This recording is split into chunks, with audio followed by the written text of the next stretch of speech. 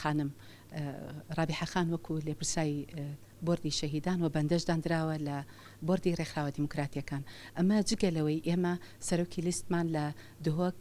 خاتو ئیمانە وەکو یەکێتیی نیشتیمانی کوردستان ئەو نوێنەرمانە. جگەلەوەی ئێمە لە پەرلەمان نوێنەراتیمان هەیە و ئەنداممان هەیە لە کوردستان بامان شێوە بایەخیان پێدراوە. لە داهاتوو ئێمە لە ناو ئۆرگانەکان و ڕێخستن ئەولێویەت ئەدرێ بە ژنان حتمەن بە پێی تواناکانی خۆیان وە ئێمە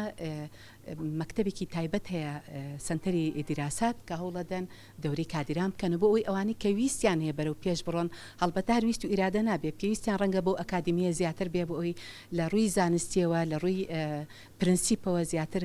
خولی ڕاهێنان و ئەوانە بکەن کە بتوانن تیا بەشدار بنەوە مەکتەبەکەشمان ڕەنگە لە داهاتوو بتوانێت ئەو خولانە زیاتر بکەین بۆ ڕێکخراوەکان. بۆ یەکێتیی نیشتیمانی کوردستان قەت باوەڕ ناکەم کەم تەرخەم بێ و هەمیشە ڕۆڵی ژنان و پێگەی ژنانی بەرز نرخاندووە کەم تا زۆر ئێمە بە عەمەلی سەلماندوونمانە کە ژنان ئەتوانن